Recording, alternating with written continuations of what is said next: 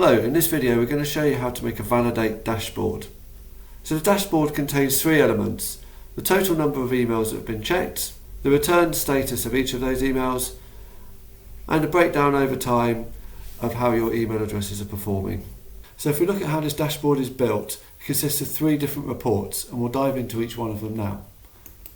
So here's the three reports. Let's look at the first one, at the total emails checked, which, just to remind you, is this box here in the top left. So let's look into that report. So the properties that we're filtering on is the validate date. So that's the date that the check was done. In this case, we're taking all data for all time. Of course, you could limit that to a particular period in time, last 30 days, for example, to have like a rolling date range. In this case, we're just going to stick with all data. And the frequency that we're coming up with here is monthly, if we want to separate out those numbers. But we could also do that yearly, just to get the single number that we've got on the report. So the next section of the dashboard we're going to look at is the email status count report. Go into report, go into email status count. Again, we're using the filter. The date property is the validate date, so that's the date that the contact's email address was checked.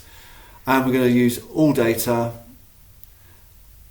and we're basically returning the four values there.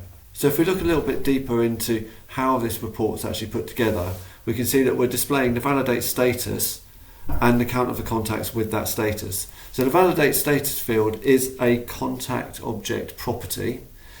So every time that contact's email address is checked by Valid8, Valid8 returns information to two custom properties: validate date, which is the date that the check took place, and validate status, which is the return status of the email test. So that's going to be one of four different statuses that we've got up here. And then we're going to use the measure of the count of the contacts with that status. And that gives us these figures here, which we then use the summary display to turn into this chart at the top. So the final part of the dashboard we're going to look at is the bottom section, which is the emails checked per day.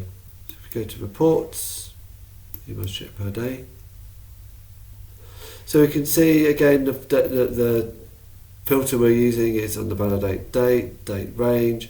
We've grouped it weekly just because of the duration, but you could do this daily, monthly, depending on how you want to view it.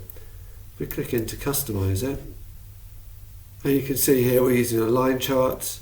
We're displaying the validate date versus and the status versus the count of the contacts for each one of the status values. So the status values, just to remind you, are unverifiable, valid, unknown, or invalid.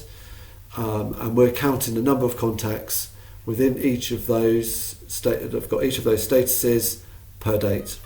And that's the final section of the dashboard.